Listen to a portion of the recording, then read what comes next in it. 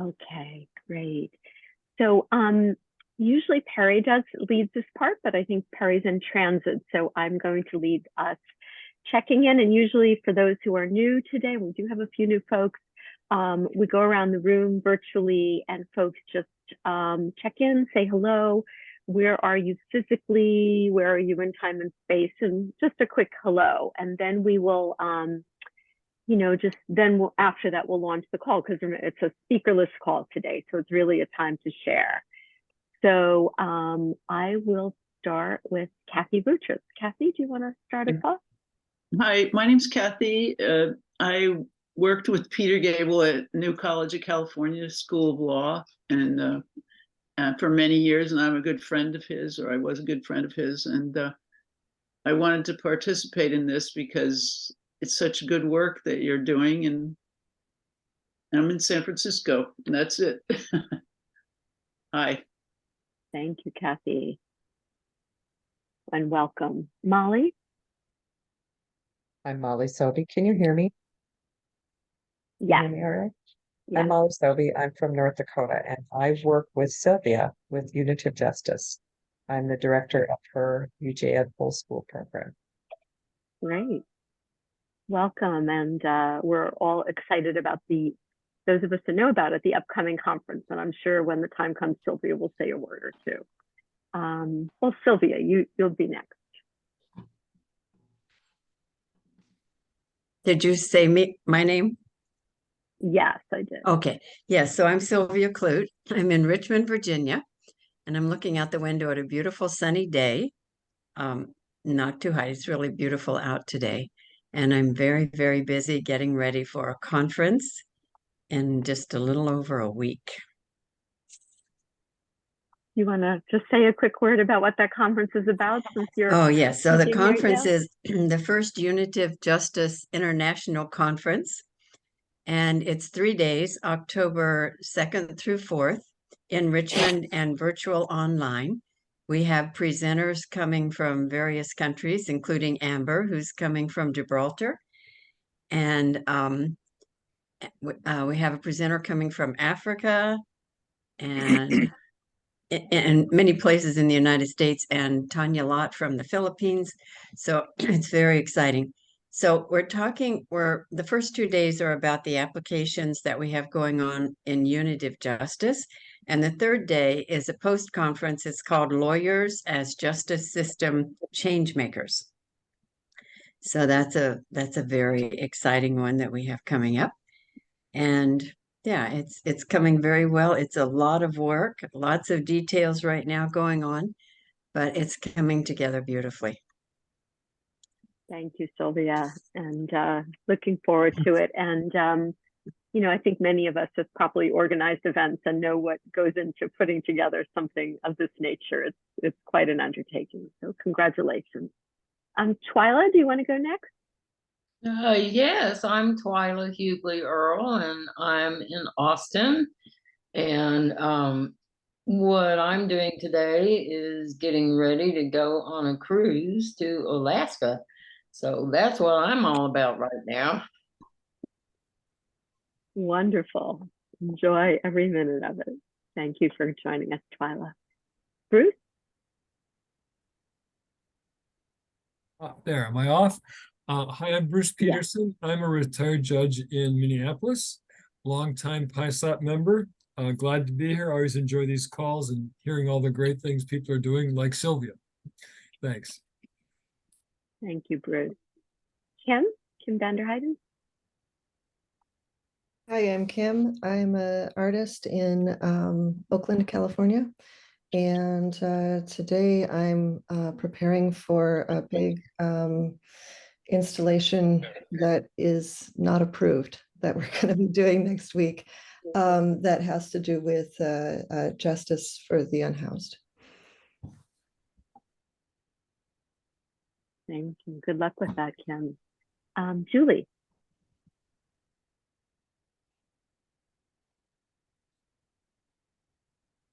Julie, you're muted. You're muted. Oh, you're biking. Okay, we'll skip Julie for now. We'll come back to her. It's okay. Rebecca. Wow, I am so impressed that Julie is biking. I don't know if I dare do that. Goodness. Hi, I'm Rebecca Preen. I have only been able to pop into these meetings a few times over the last couple years. I'm located in Portsmouth, New Hampshire. I'm barred in Massachusetts and in Georgia. I am a small business attorney focused on contracts and trademarks and copyrights. I can tell you more about that in the discussion. And where am I in time and space? Right now, there's a lot of projects that I'm juggling, including materials for a framework that I've solidified, and I'm working with others to help them in their own practices, and a reorg of the business model of a nonprofit organization that I'm on the board of directors. Thank you, Rebecca, and welcome. Amber from Gibraltar, welcome. Hello, everyone. Yeah, you're right, from sunny Gibraltar, almost. Summer over now, though. I'm a holistic lawyer, for those who haven't met me before. I've joined PISLAP a few years ago now, and jump on calls when I can from time to time. Always very inspired by everyone present and what they have to share. And yeah, as Sylvia mentioned, I'm very honored to be a guest speaker at the Unit of Justice conference. So I'll be on day 3. So very, very excited about that. Organizing my packing at the moment and my travel arrangements. And then in terms of time and space at the moment, I'm a holistic lawyer in Gibraltar, and I am trying to start something in legal education here with the local Gibraltar University. But it's election time in Gibraltar in a few weeks' time. So it's largely dependent on which government gets elected and whether or not they're inclined to follow through my suggestions for both, to start talking about holistic law, restorative justice, unit of justice, organizations such as PISLAP and so on, to start getting law students in Gibraltar aware about the integrative law movement and the kind of work we're doing, but also to start restorative justice in courts, which has been a dream of mine for 2 decades now. But let's see, we can but try and carry on. So the elections will be whilst I'm in the USA. We'll see what I come back to. Thank you, Amber. Welcome. Brad? Hi, everyone. Nice to be here. Yeah, Julie, I'm very impressed that you're multitasking. How inspiring. It's great. I am in New York City. I'm barred in New York and Massachusetts. I teach a class as an adjunct at John Jay College of Criminal Justice on mediation and meditation. And I'm the chair of Mediators Beyond Borders, New York. And today I'm actually going to be involved with practical details. We're relocating my mother and my sister to New York, and we're finally making certain concrete travel arrangements today, which I'll be taking care of, among other responsibilities that I have. Thank you, Brad. Welcome and good luck with it. Hope that all goes smoothly. Rand. Yes. Can you hear me? Yes. Yes, good. Yes, my name is Rand Rosenblatt. I live in Philadelphia, where it's a beautiful day.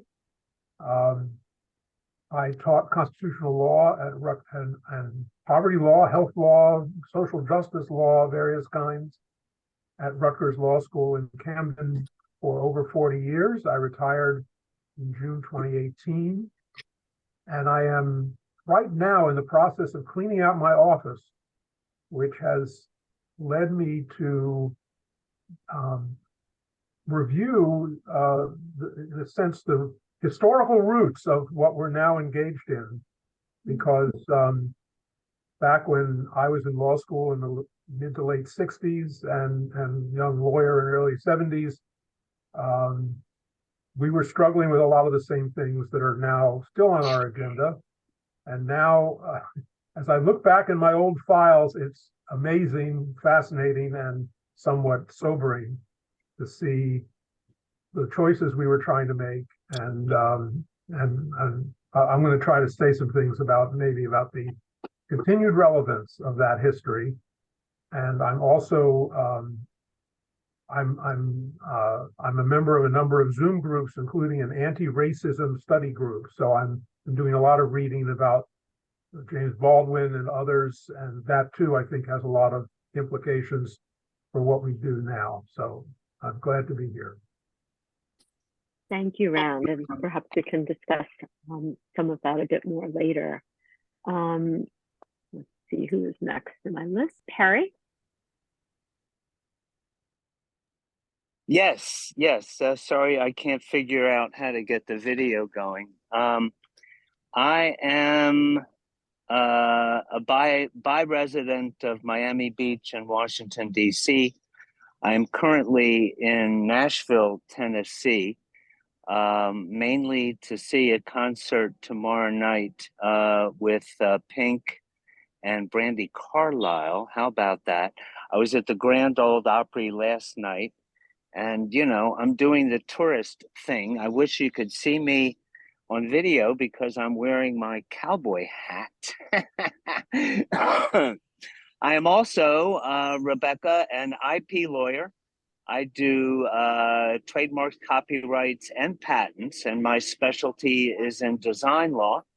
I have been a longtime member of PISLAP, have served on the executive committee, and I'm currently on that committee.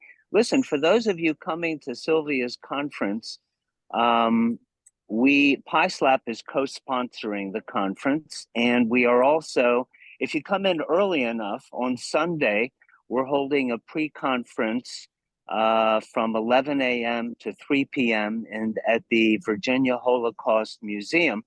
So those of you who are coming to Richmond early enough, please feel free to join us. Lunch is included, and there is an optional tour of the museum after our pre-conference at 3 p.m. Okay, thank you. Good to be here. Thanks, Perry, and enjoy Nashville. Alexandra. Hello, thank you so much. Sorry that I was late. I'm from the UK in London, and I always get mixed up with the GMT and the EST times. I'm a mature law student, so I'm coming at it with my kids are all nearly grown up and most of them have left. And I've totally changed direction where I worked in the film industry, and now I'm interested, always have been, in law, and I'm coming at it from a sort of critique perspective. So I'm secretly blogging while I go through all of my modules going, that's missing, and why have we skirted over this point? And I'm really loving it, actually. I feel like I'm an undercover agent. And I'm very honoured to belong to PISLAP, even though I don't feel like I deserve it yet. But I am all about rubbing shoulders with important people like yourselves. And also, just quickly, I got a really random email the other day saying from somebody who is enrolled in Massachusetts School of Law. I have no idea what that is, but I think it's somewhere in your hemisphere, asking to interview me because I belong to PISLAP, and I think I'd like to direct them to somebody here. So perhaps I don't know who to email with regards to that, but I'm sure there's much more interesting people that he could interview than myself. I'm just getting started. Thanks. Alexandra, welcome. And it's great to have you. And it's wonderful to have students as well, people who are studying law, because, one of our subjects of importance is always, how do we transform legal education? So we'll be really interested in hearing your impressions and feelings about legal education in the UK, especially if you're seeking, have a transformative lens. Concerning the email, a lot of us got the same email. I don't know how the student got all of our email addresses, but Sylvia graciously volunteered to interview him. So you don't, to be interviewed by him. So you don't need to respond. Okay. Great, thank you. Okay, all right. And last to introduce, or just where she is in time and place, is our friend Lisa Jakes. Lisa. Hi, I'm Lisa. I'm sorry I'm late. I've become a late person at this stage in my life for some reason. And am I just supposed to say why I'm here? I missed the intro. We usually do, you know, where we are and time and Oh, yes. space, so feel free to say why you're here as Oh, well, yes. Oh, whatever yes. you'd like to say. I am in our apartment in San Francisco, and I am looking out on a really lovely day. Wouldn't you say, Kathy? It's awfully pretty today, and no terrible smoke yet. And why I'm here? Well, I was at the 1996 Summit for the Politics of Meaning, which was the place where the idea of PISLAP was formed. Is that correct, Nanette? It is, yeah, Okay. absolutely. And I was there because Peter Gable, who was one of the people with Nanette whose idea it was my partner.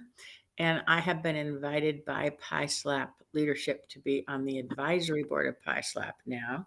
And that's why I'm here. It's great to see my comrade, Kathy Gutierrez, too. Great, Lisa, welcome. Great to have you. All right, friends. So thanks to everybody. We've certainly got a far-flung group today from all over. Just to remind you, I'll just read briefly again the description of the call, which is the purpose of the call is to provide us with the opportunities to share and dialogue about our endeavors, aspirations, and the challenges we each face in moving the legal culture in a more healing direction and integrating spirituality into law and politics. So very broad, but it's really a chance to share with each other. I realized I didn't introduce myself as well. So before we launch into all of that, I'm Nanette Shore. I'm also on the executive committee of PISLAP, and I live in New York City in Queens. I'm sitting in my apartment. I'm remote working today for my full-time job, where I work in a legal services organization representing low-income people up in the Bronx. And it's also a very beautiful day out here, although I haven't seen very much of it. So great to be with all of you. So I just want to just open it up for anyone who would like to either share about their work or things they're grappling with that they might like input on. And I think we will start with, oh, 1 second. Yes, Kim, was that you who just posted in the chat? Yeah. It was. I didn't figure that I would be starting though. Oh, do you want to come to you in a little bit? Well, I might as well just mention what I was going to bring up. I am just I'm working on something that I was really eager to share with the group today, and I'm starting I've been in the process of starting a nonprofit called Braided Bridge, which weaves together creativity, spirituality, and justice. And in those bylaws, I wanted them very community focused. I wanted them love based. Their core principle is that the law is love. And I wanted them to be structurally nonviolent. And I remember reading in some of Peter Gable's work about how our legal structures and our constitutional law, they're made to like protect us from each other. They're not really made to build a community. And I'm working on these bylaws to sort of get outside of the corporate mindset of nonprofits and to work on community. But of course, I have to write them in a way that the state and the IRS will still accept. So this has been a very challenging project that I've been doing research on, and I'm actually ducking out at 11 for a consultation with somebody to go over it step by step. But I wanted to share with you that I'm working on that. And if anybody has experience doing this kind of thing, I'd love to know more about your experience.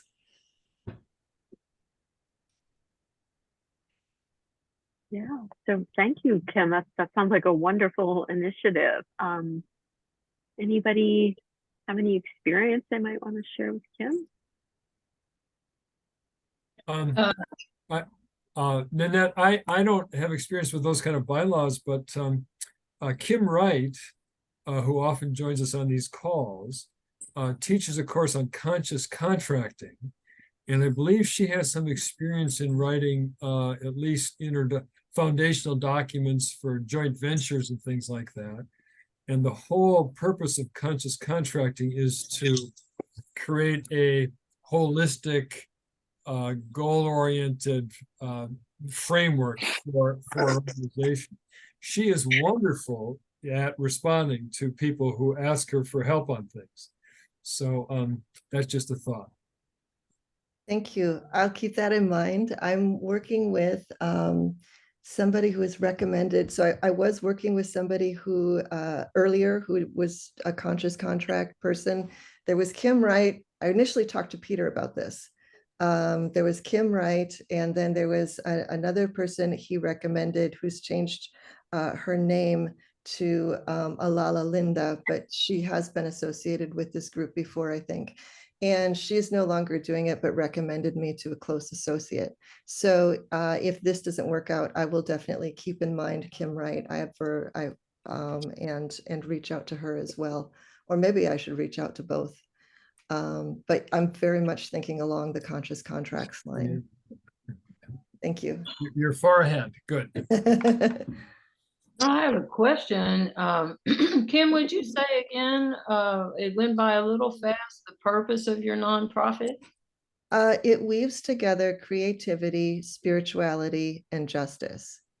And when I work with justice, I'm talking about that it's justice is always love-based.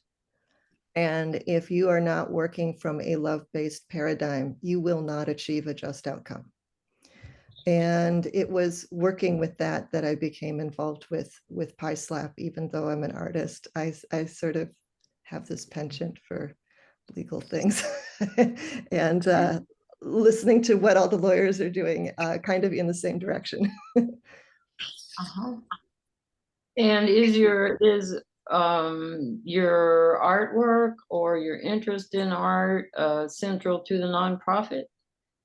It is, but I've also started doing a lot of peace work and nonviolence work, restorative justice work that has been weaving in with my creative work. It's almost like I'm taking who I am as an artist and applying it in a different medium that's working with structure and like social structure. And I don't know quite how to explain. That's the best I can do right now at explaining what I'm doing, but I look at what I'm doing as part of my artwork. And I also paint and draw and do printmaking. I have a greeting card line and things like that. So Kim, I have a suggestion for you. Mm-hmm. So the conference that I was speaking about, Unitive Justice, another name for Unitive Justice is Justice as Love. Mm-hmm. Because it is based on the moral principle of loving kindness instead of the moral principle of proportional revenge. Yes. So we would love to have you attend in person. We do have some scholarships if that is helpful, or you can attend online virtually for $25. You go to the Alliance for Unitive Justice homepage. That is A4UJ, the number 4, UJ.org. And on the homepage, the conference is described there, and there'll be a link that will take you to the full schedule of the conference, all 3 days, and also the registration page. So this would be lovely to have you come, but if you could come in person, that would be ideal because you would meet a lot of people who are basically doing things that are very relevant to what you're doing. You would find a whole community there. Yeah, thank you. Yes. So that would be fantastic, but at least please do sign up to attend virtually. Okay, thank you. Right. And, I should say that one of the, I think, really nice features of PISLAP is that we have folks that are, it's not, there's many lawyers, but there's also, artists and, people from other walks of life that are part of us. Lyle Baker had his hand up, and Lyle joined us after the introduction. No, I didn't want to interrupt. I was going to report in on something I'm doing, but I don't want to finish interrupt Kim.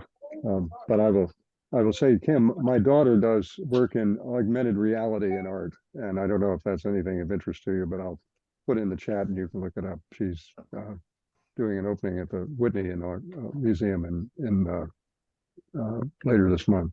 So. Okay, I'll happy to take a look. Thank you.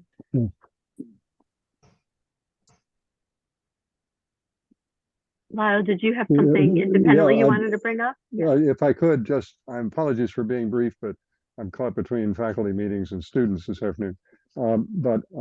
Two things. One is I'm running a small conversation. I hardly call it a conference, but I've got some interesting people, including Marjorie Silver, whom you all know, coming to a conversation about what we can do in law school to reduce the risk of law student and lawyer suicide. There's some work going on in the profession about this, but as far as I know, there's not much explicitly going on in law school. So I wanted to mention that initiative in case people had any expertise or interest in that topic. And the other thing I should report, just a piece of good news in which PISLAP is positively implicated, I guess is the best way to describe it. I got an award from the International Positive Psychology Association in Vancouver this summer as outstanding practitioner, and one of the things they talked about was the fact that I presented at a PISLAP conference. So there you are. That seemed to move them somewhere. So that's just fun. So anyway, that's what I'm about. Congratulations, Lyle. That's great. Yeah. Wonderful. And and is this a virtual conversation that you're hosting? I'm trying to do it in person because it's such a difficult question. Some of you know Jerry Organ, for example, who's at St. Thomas, has done a lot of work on law student distress.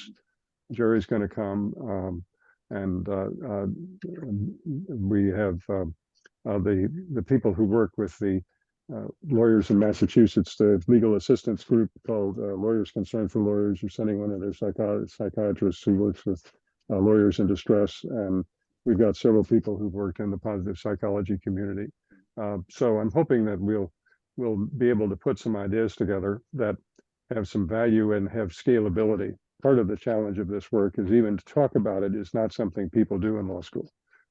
It's hard enough to get students to go see a counselor when they're in distress, but to raise the issue of whether it's a lethal conversation is one that, or lethal activity rather, is one that we haven't done much. So I got into this because a friend of mine in Kentucky just said, we're losing too many lawyers this way.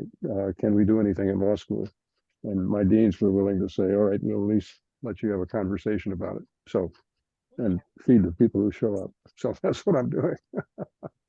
But it's a somber subject, but I hope that we can take it seriously. So that's what I want to mention. Yeah. Okay. Somber, but thank you. Life affirming. Yeah. Thank you for the link about Law Care UK. Okay. Amber, you wanted to say something? Alexandra, I'll call on you after this. Amber, go ahead, and you were going to comment. Yes, Lila, just wanted to share with you my email address. If you email me, I'll send you all the resources I have and connect you with all the people I know who are looking into this subject, both of not just suicide, but substance misuse as well. And there's a number of surveys that have now appeared both in the UK and the USA as well. So I'm very happy to share those with you. The ones in the UK, I can send you links to. The first ones were started by a solicitor, UK solicitor called Kaylee Leone, who I can put you in touch with. And she started only in 2017. That's how recent the UK started looking into this. Wow. That was for the junior lawyers division. But I'm also in touch with senior law professors like Dr. Emma Jones, who's also written a book on emotions and the law, and she's also obviously involved in discussing the subject. So if not to take up too much time here, if you drop me an email, I'll send you everything. Yeah, Amber, I just put my email in the chat. If you can wonderful. See that. Okay. Yeah. And thank you. I don't mean to take time from everybody else here. No, that's all right. Alexandra? Hi there. I just wanted to mention as a current student, so I'm actually studying with Open University, which I don't know if there's an equivalent of in America. And I don't know about law studying law in normal universities, I think it's much more competitive. And from my children having gone through university, I think that the removal from students and any pastoral care or professionals that can help them, there's just a huge gap. There's no connection. But with Open University, it's all online, right? Because you're doing it around your normal everyday career. And it's huge. They have a huge online community. They've got a lot of resources. I don't know how to share those with you because I've got my student link, but they're very, before I started studying, they're very enthusiastic and welcome to sharing resources. So perhaps you could reach out to the Open University. Okay, thank you for that suggestion. Thank you very much. Julie Oxenberg. You're muted, Julie. You're still muted.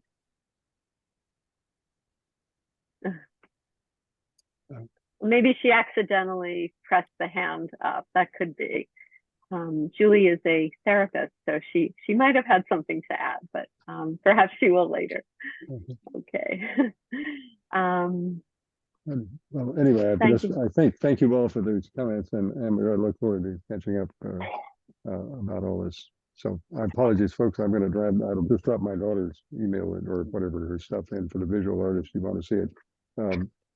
He does stuff that, so you take a picture, you look at your phone, and you see the artwork on your phone, but not in real space. It's sitting outside, but you look at the same landscape. It's kind of interesting stuff. Thanks, Lyle. Thanks for sharing that. All right, everybody. Again, the floor is open for folks to share, what's happening in your work, any obstacles you're grappling with that you might like to talk over with the group, or just tell us a bit more about.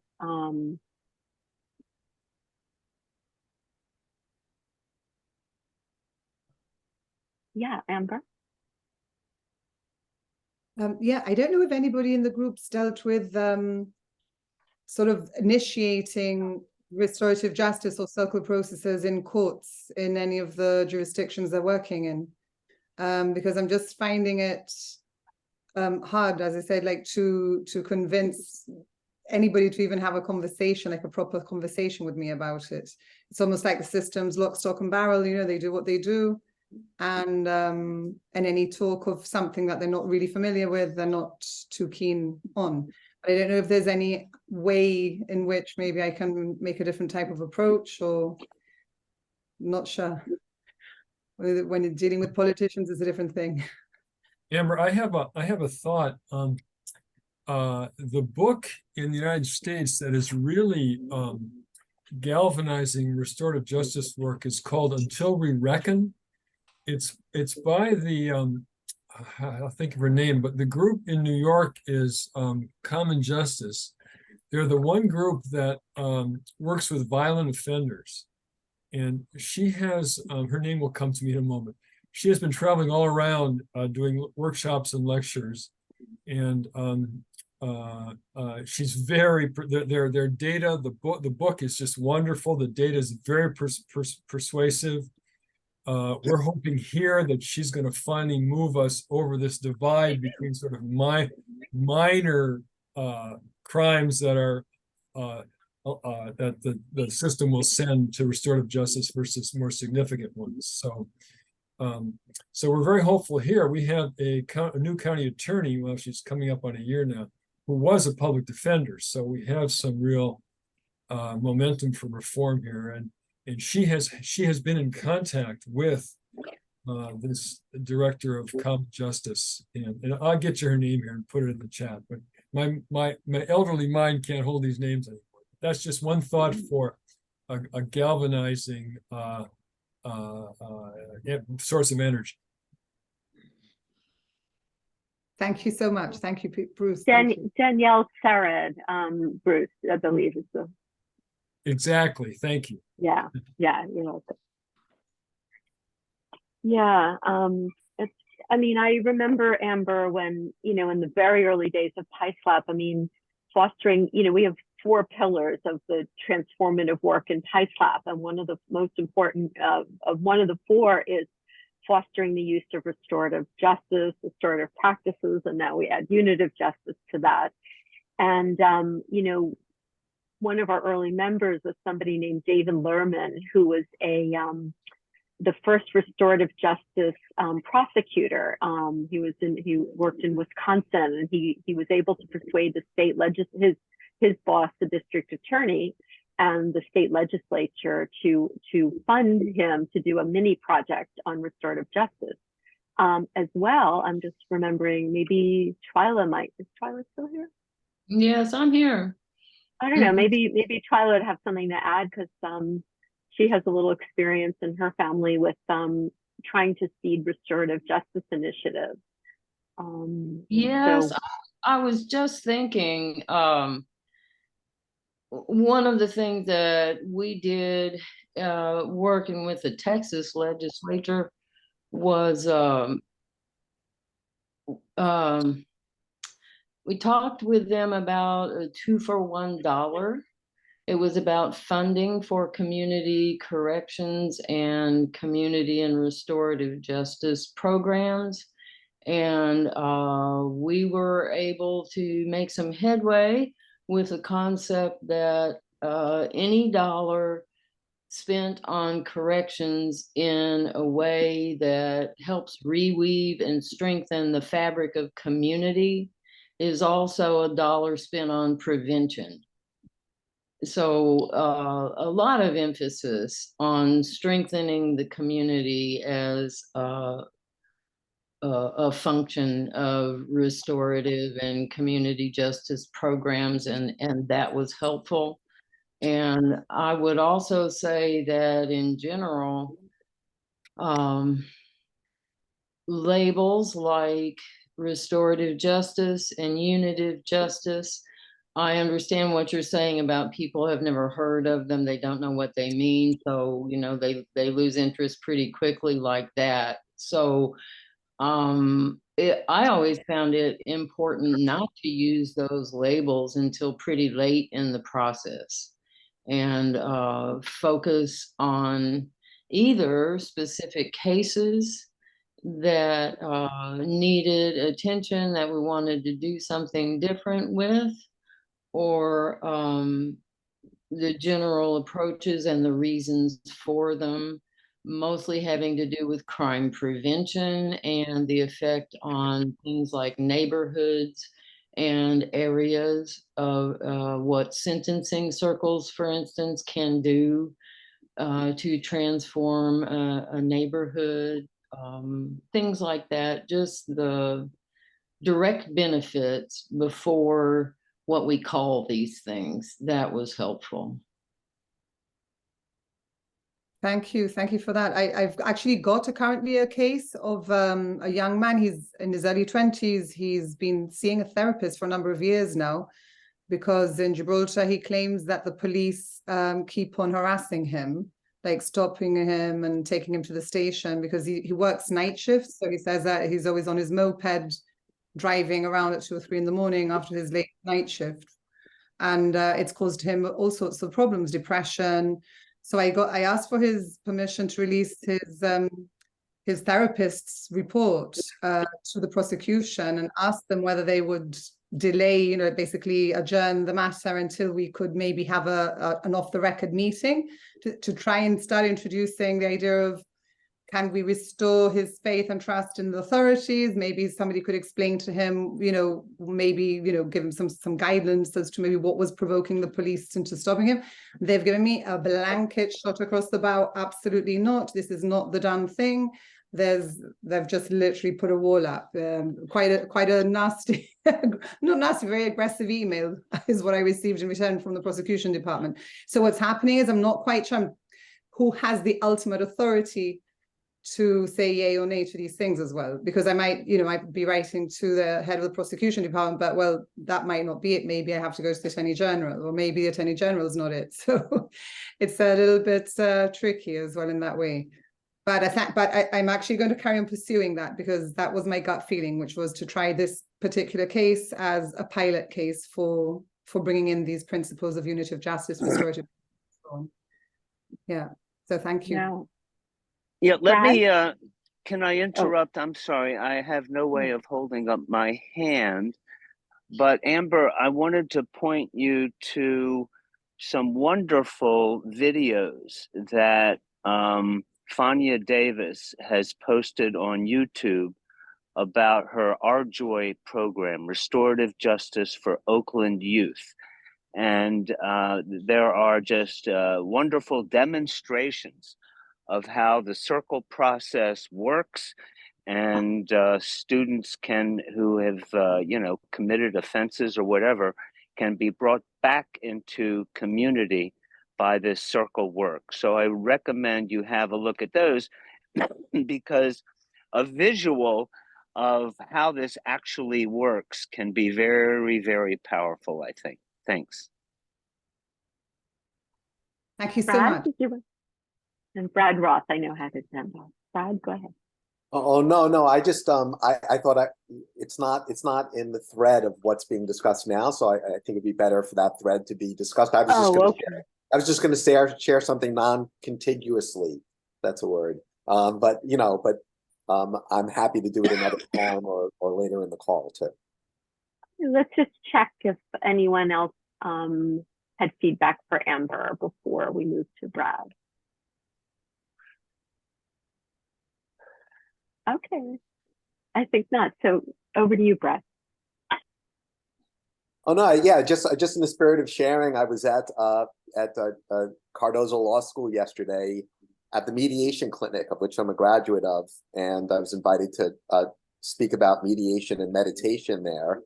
And so I was there for about 2.5 hours, and we actually did a guided meditation in the law school. And I just commented while I was at the law school, I said it's just quite a kind of clash of worlds. I know this may not be the case for Bruce, because he's been a pioneer in this and bringing meditation into the law school. But it was quite something to walk into the law school, feel the vibration there, which isn't necessarily a spiritual one, and then to be in a space of meditative sharing and have a focus on consciousness rather than the contents of consciousness, and the space that's inherent in that, in our shared consciousness. And you could just feel that some of the law students were very happy to partake in this, and for us to discuss something that's a little bit different than what they're experiencing most of their time in law school. It just felt like a very healthful and potentially helpful perspective.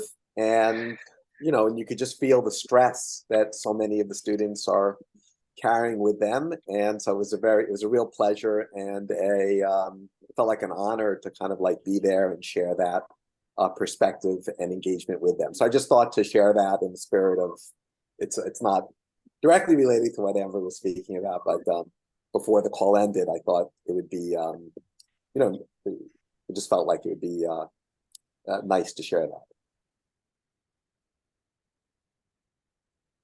Bruce. Bruce is giving a thumbs Bruce, up. you're muted. Oh, Bruce. You're muted, Bruce. I was just putting a thumbs up for Brad and thumbs up. Introducing meditation. There's a number of elements to my course, and the students always pick out the mindfulness portion of it as the most significant for them. So I think, Brad, if there's a follow-up on this, I'll bet you'll get some people who are interested. Speaking of law students, was there someone else on the list to share, Nanette, or I could follow up with another comment about law students? No, feel free. Go right ahead. And thank you, Brad, for what you shared. Go ahead. The good news is law students, in my experience, I'm an adjunct professor at the University of Minnesota. I've been teaching a variety of courses for a number of years, and I teach a course now called Lawyers as Peacemakers. And the good news is they're interested in mindfulness, and they really work at it. The bad news is the rigidity and political correctness is really, it's a real problem. Now, actually, my group this year seems more loose about it than in prior years, but there's a very rigid set of principles that students seem to feel they have to adhere to. Victimization, oppression, power relationships govern everything. A lot of which is true, but not in every situation.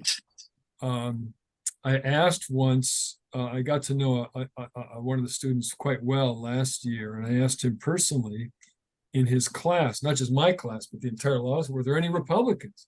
He said if there were, they wouldn't say a word. And there's a next door to our law school is a public policy school, the Hubert Humphrey Public Policy School. And to combat this rigid orthodoxy, they've introduced a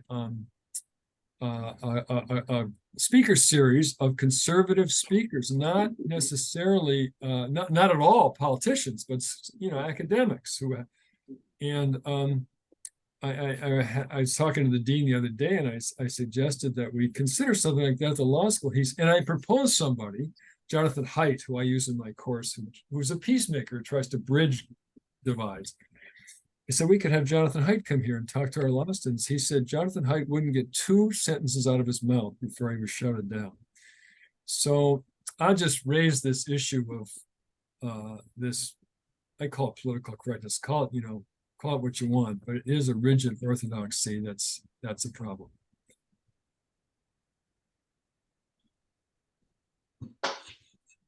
Thank you, Bruce.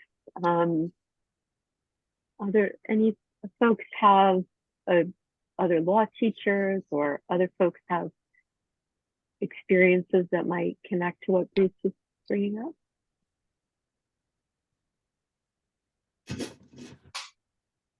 Yeah, I was wondering if you could just say a little bit more about that, Bruce. Can you just describe that a little more, please? Who's talking? Twyla. Twyla. Well, I think I've said that I feel like in discussions, people are very careful to not stray from sort of political orthodoxy. And I So feel when you say political correctness, you mean explicitly political. Well, we deal with, I teach a course where we deal with political issues, and Jonathan Haidt's book that we use is called The Righteous Mind, why good people are so divided by religion and politics. And we try to understand political conflict, which is conflict in general, which is similar to legal conflict in many ways. People are wired for conflict, and they're wired for solutions. If you can kind of sort out what conditions can bring out the best in people rather than the worst in people, you have a chance to resolve it. I don't know what more detail you're looking for, Twyla. Is there something a question in particular that? Well, no, I just really wanted to know, sometimes political correctness is about using appropriate terminology, and I think that's a sort of an outdated definition of it. I just wanted to understand that you're referring to more a current political ambience. Yeah, no, I think political correctness is probably outdated. I'm talking more about the analysis of all situations in terms of interest groups, in terms of power dynamics, in terms of victimization. Have you, well, I said I've read Jonathan Haidt's stuff. He has a book called The Coddling of the American Mind, where he says there's become, in this generation, a valuing of victimization. That is, the world is oppressors and oppressed. Oppressing is immoral, therefore being oppressed is better. It's meritorious to be oppressed. So people tend to look for situations in which they are aggrieved. And because that is a safer position to be in than to say, I'm going to try to use the tools, the institutional legal tools at my disposal to work with things. I didn't hear, I'm Yeah. interested, well, Rand, I'm interested in whether the law teachers were saying, although I don't think we have so many on the phone here, on the call. You retired a few years ago. You must have started to see some of this. Thank you for passing me the ball here. It's a fascinating problem. But let me mention here's one real world example that happened in my constitutional law class. I was teaching a section. This was about the year, I'll say 2005, and I had about 85 students in the first year con law class, and we were talking about the Civil Rights Act of 1964 and the fact that federal law made it illegal for a restaurant owner to refuse to serve people on the basis of race or some other categories.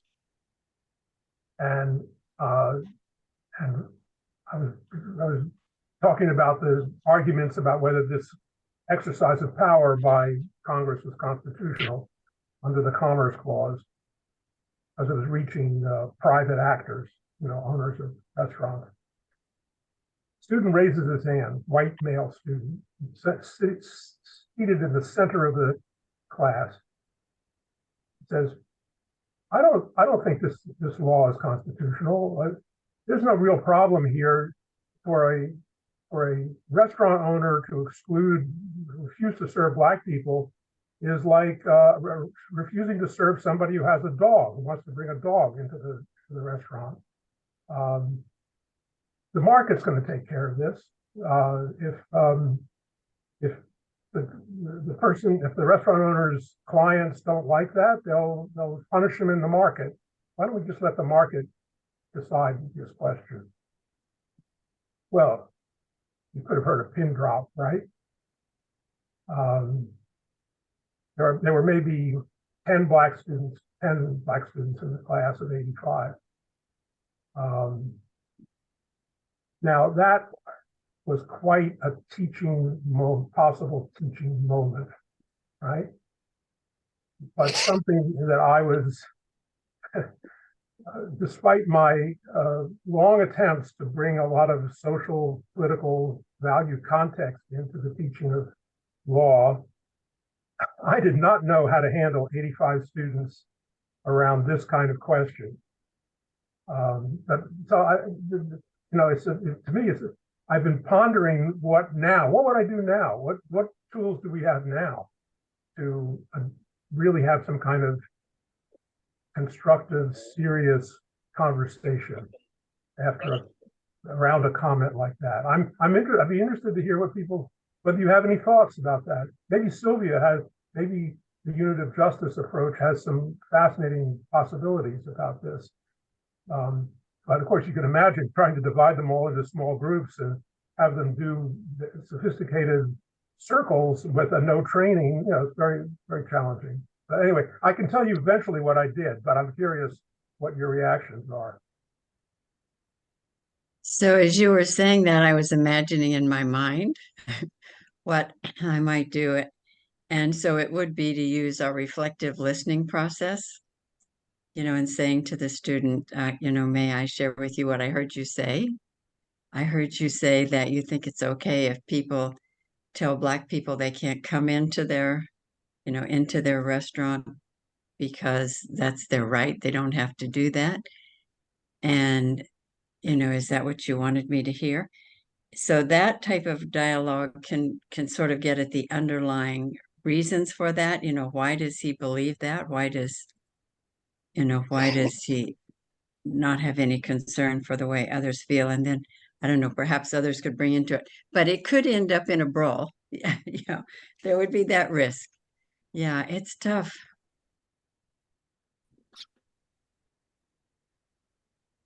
I mean, I think, just thinking about the issue that Bruce raised and the issue that Rand raised, I mean, they're fairly different in a sense, but one common, thought about response is dialogue. And I like that question very much, Sylvia, because it brings it right home to people what they're saying.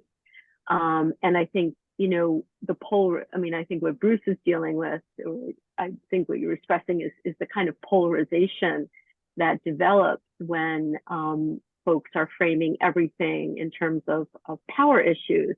And there's a different kind of polarization happening in Rand's case, in Rand's class, where, you know, students are expressing themselves in ways that we don't know if they're unconscious or if they are conscious in doing that, of what they're, you know, doing, but it's what has to be brought home to them and on behalf of everyone else is the impact of their words and what it is that they're, what they're saying, you know, what it is they're actually saying when they make this so-called intellectual point. So I think Sylvia's question really engages with that. So anyway, just a few quick thoughts.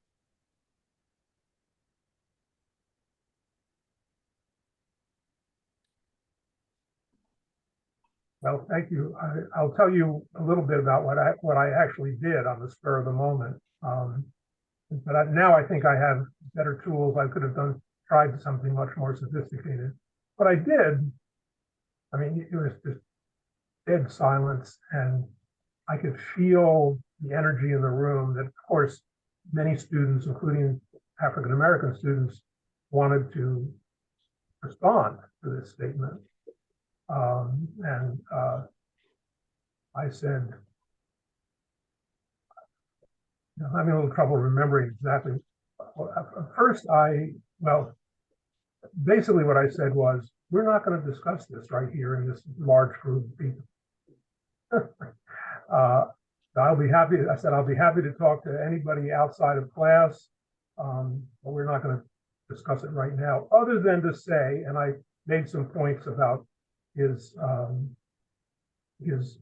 what you might call the disputed factual parts of his comment, which is to say that, of course, it was not just private choice in the South about whether to have integrated dining facilities. That was not just an independent choice by a private person. There were both laws and community pressures to go in a certain direction on that. So the student in question I had several private discussions with him about it, and they really were focused on, I think, the point that either Sylvia or Nanette was making, or perhaps both. His view was, he hadn't said, how could anyone be offended? He wasn't being a racist. He was just talking about liberty and he himself personally had no animus or prejudice against Black people. And so I put to him the question, how do you think other people heard? It was essentially, in a way, it was a variation on Sylvia's question. How do you think other people heard what you said? Can you imagine that they might not hear it the way you heard it? And after a lot of resistance, he said, okay, it's true. Maybe some people heard it differently. And then I asked him, do you think you need to consider what the likely possibilities are about how people are going to hear this statement? And so eventually he finally got to that point where he said, yes, I can see that I need to think about how people are going to react. And he eventually thanked me for not having the discussion in class where it would have been people screaming at him. So that's what happened. That's part of what happened. There was indeed a lot of discussion outside of class. So, Rand, while you were saying that, I thought of another way to use reflective listening that could be tried in that circumstance. And that would be to ask him, are you willing to have us engage in some reflective listening around this? So first of all, you have to get his consent. And then for you to ask one of the African American students, what did you hear him say? And then go back to the white student. Is that what you wanted him to hear? So that he could really experience how that was landing with one of them.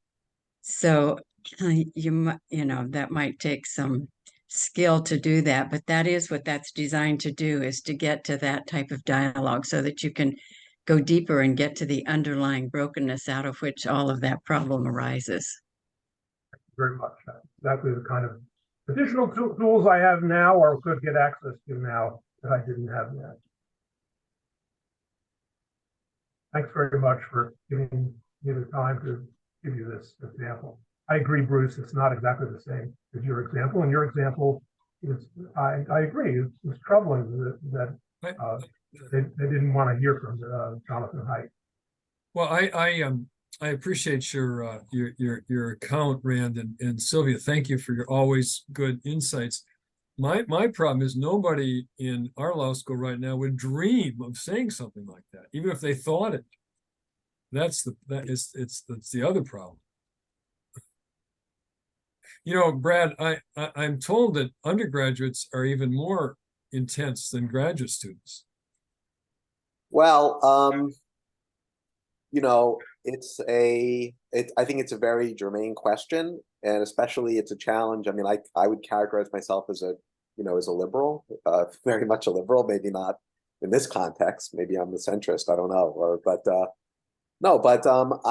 there is I'm in a very quote unquote progressive school. So it's mostly minority students, first generation minority students. And I'm wrestling with the question myself. I mean, that you're bringing up a little bit. I mean, it's certainly an issue to discuss. But yeah, I don't know that it's more the case generally for undergraduate students that there is. Well, I think we need to really define terms to really get into all of this. I think this is it's a lot to unpack.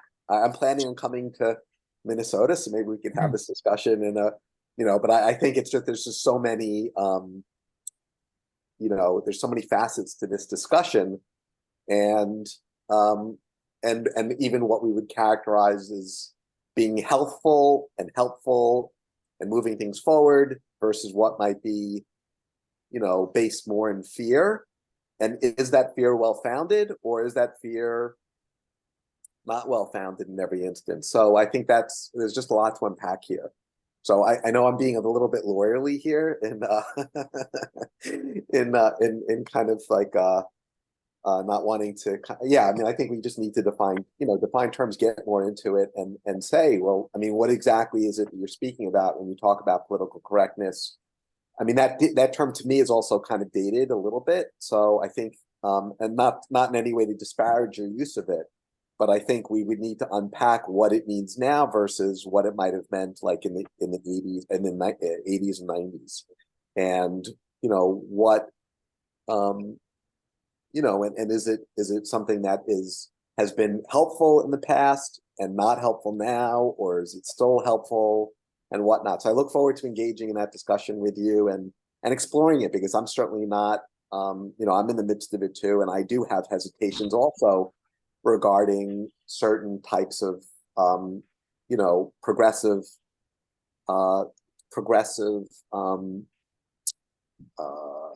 strides that I think are good, that may have a shadow as well.